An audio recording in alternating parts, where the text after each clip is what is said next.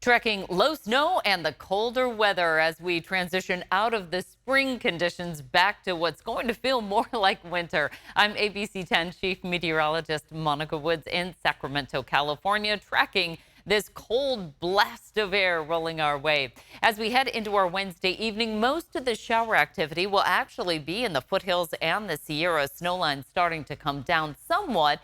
Not huge travel concerns, but certainly opening the door for the active weather head into our Thursday. We start the day with fairly dry conditions for the valley, but the bigger bands of rain starting to press our way during the mid-morning hours into the early afternoon. As we move out of that warmer air out ahead of the storm and the colder air working its way in, a lot of instability and the chance of thunderstorms developing for the day. As far as that colder air, it will help to drop that snow line in the Sierra at times down to about 2,000 feet. Now for Thursday, we're mainly going to keep it at about 3,500 feet. Again, spotty showers throughout the day in the valley, as well as those snow showers for the Sierra. By Friday morning is when we start to see the best opportunity of that snow down to about 2,000 feet. Now, at that elevation, it's only a couple of flurries, but we will see the accumulating snow in the higher elevations.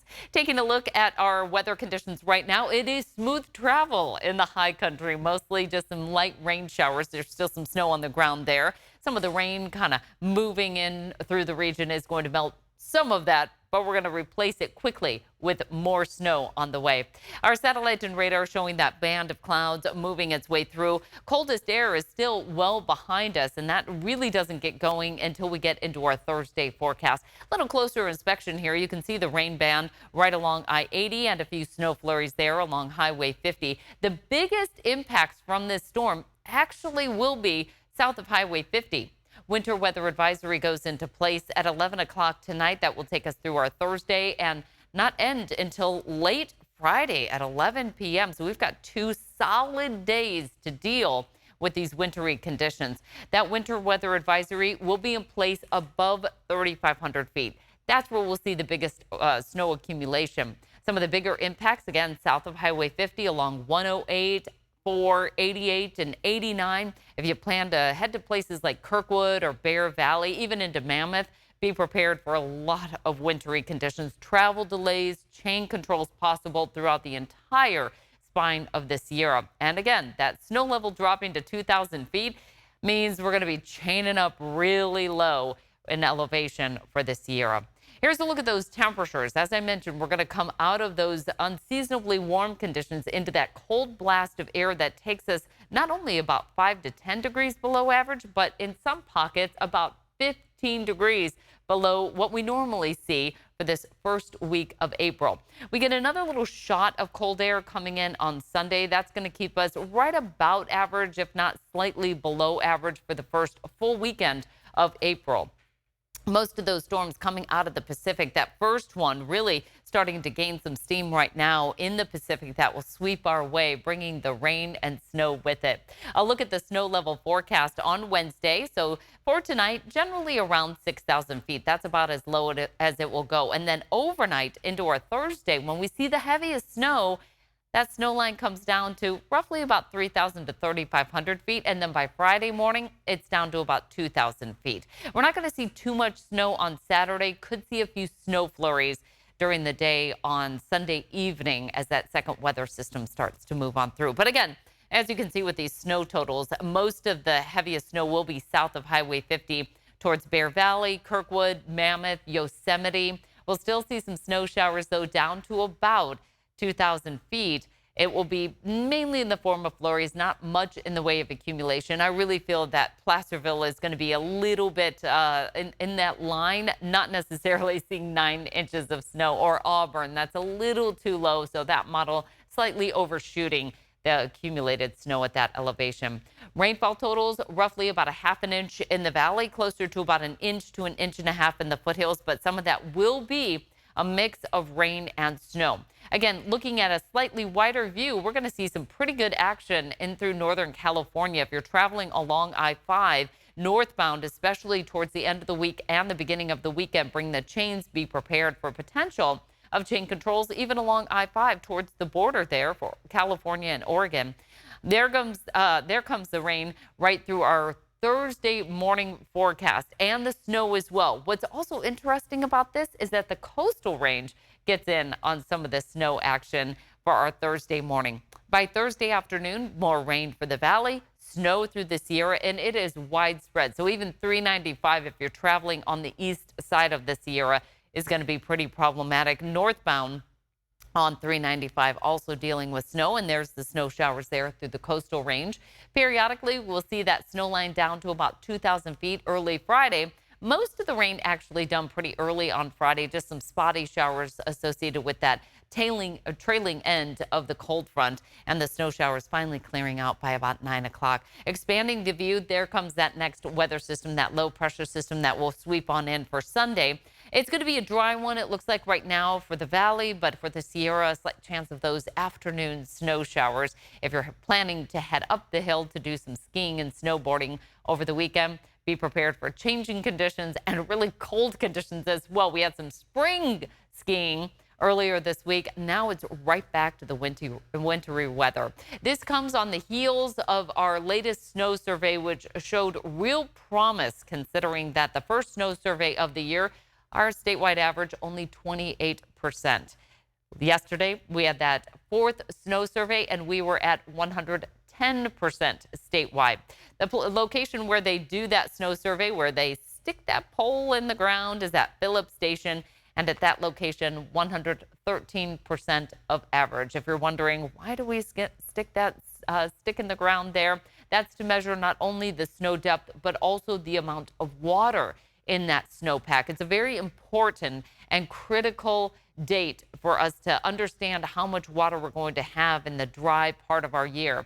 This is a wrap of the 2023-2024 atmospheric rivers coming through, and most of them actually bull-nosed right through the Pacific Northwest, through Washington and Oregon. California did okay. We got enough, though, to really take us through what will be our drier parts of the month, because our snowpack is our savings account. But the bottom line here is we didn't need a huge year this year because of what we had last year. We ended up the year at about 220% of average for the snowpack. So this was just the bonus round for us. We started off with a dry start to the year, but then things really ramped up during March. And I know I've been talking to a lot of people that had those passes for skiing and snowboarding that thought, oh, we were done as of February, and now still being used here in April. And it looks like we'll have at least another 2 weeks or so that we'll be able to get some skiing and snowboarding in. Our Sierra snow water equivalent region-wide now, as we kind of break it down into the sections of the Sierra, 124% of average to date for the northern Sierra, and that's going to pretty closely align with the April 1st date, obviously, because we're just a couple days from that. 107 for the central Sierra and 102 for the southern Sierra, and that southern Sierra really hard hit earlier this year with very little snowpack, and then things just really went gangbusters during the middle part of our bigger part of our snow cycle there. So statewide, we're at 110% of average to date, looking good. That snow eventually melts off, and we've been seeing a little bit of melting here happen over the past couple of days, given our unseasonably warm conditions. Our reservoirs are starting to fill up. We're now past the point where we're really concerned about flood control, and we'll turn our attention more to our water supply. And given that last year was such a big year, we have plenty of water. This year, bonus round, everything looking good. Capacity will grow, and almost everything at about 100 to over 100% of average. Building our water year is a complicated issue in California. Our rain usually starts in October and November for the valley, but our annual precipitation, almost 50% of it comes in a matter of 3 months. Now, it's not just rain that we track in California, but it's the snowpack, again, because it's our savings account. We don't really have to worry about making it last.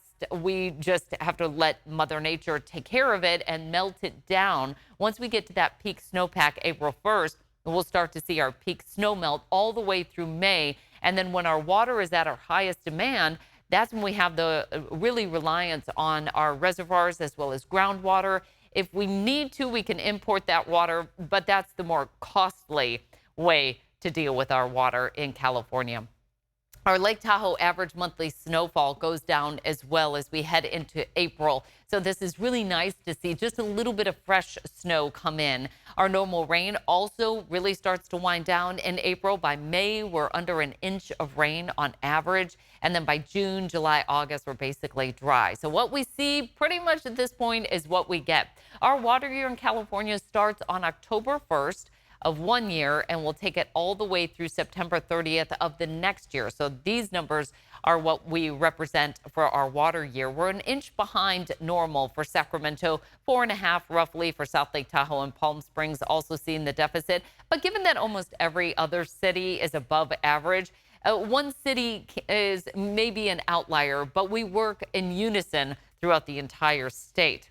Now, we are going to be leaning warmer for the middle part of the month, but also likely wetter. We've got another weather system that looks like it's going to start to gear up towards the middle of the month. We'll get a nice little break in here for those of you that are done with the wet weather and the snowy weather. But we've got this first weather system that we're going to be tracking for Thursday, Friday, and then we get a break on Saturday. Next one comes in on Sunday. It's not a huge wet storm, but it just keeps us a little bit below average. Since we're not going to be in the path of that solar eclipse, we don't have to worry about the cloud cover obscuring that. We'll be seeing some dimmed light here on the west coast, but again, it's way off to our east. So we get the cloud cover, but it's really not going to reduce any of that phenomenon there.